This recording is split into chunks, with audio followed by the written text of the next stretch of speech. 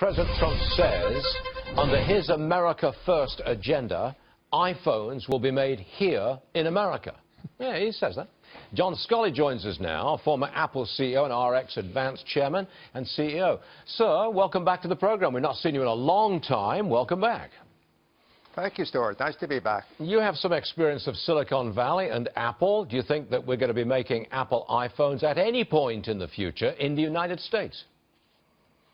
Well, Apple's got a great CEO who really understands the complexity of manufacturing. What I would say is that the only practical way to make iPhones or other products like that in the U.S. is you've got to be able to manage the supply chain effectively. Now, that means that many of these components are being made in Mexico. So we've got to figure out how do you get the components in the supply chain to the U.S. so they can be assembled.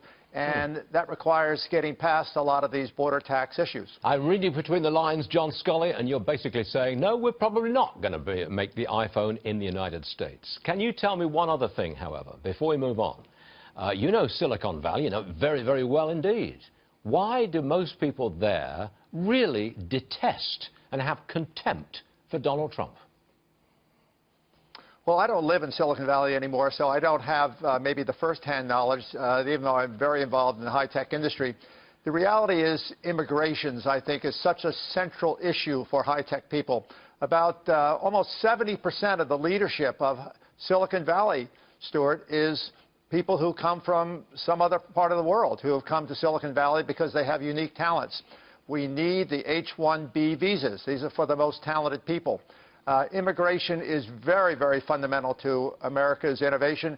That's a big issue in Silicon Valley. What do you think the corporate tax rate should be? I believe it's 35% now. Where would John Sculley put it? I'd put it at 20%. 20% is what a good deal of the world has. We need to get a lower corporate tax, but in addition to the lower corporate tax, we've got to reduce regulations. The greatest legacy of the Obama administration was they went in and added regulations in financial services, the FCC, health care. We've got to roll back that regulations. It's killing small and medium business. And as you know, Stuart, that's where all the jobs are. Yes, sir.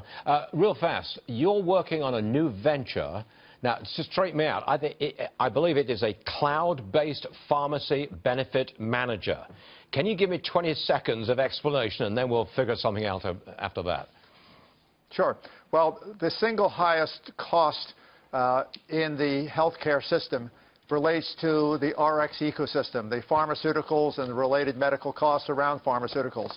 Turns out, Stuart, that there's about $450 billion of avoidable drug-impacted medical costs.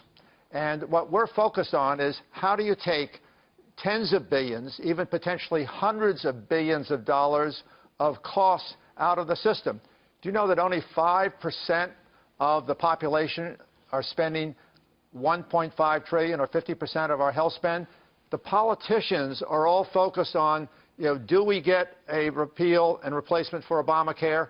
And yet those subsidies aren't enough to live up to the president's aspiration of we want a better health care alternative for people and we want more people covered. The only way to do that is to go in and focus on where the money is. These are the most expensive patients, the ones who are chronically ill.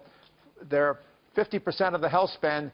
Most of that is in drug-related costs. Those are the things we focus on. It's letting the private sector come in and factor in something the politicians haven't even discussed yet. Okay. How do we lower the cost of delivering health care? Oh, I'd love to get that one fixed. John Sculley, thank you very much for joining us this morning, sir. We appreciate that. Thank you, sir. Thank you, Check out that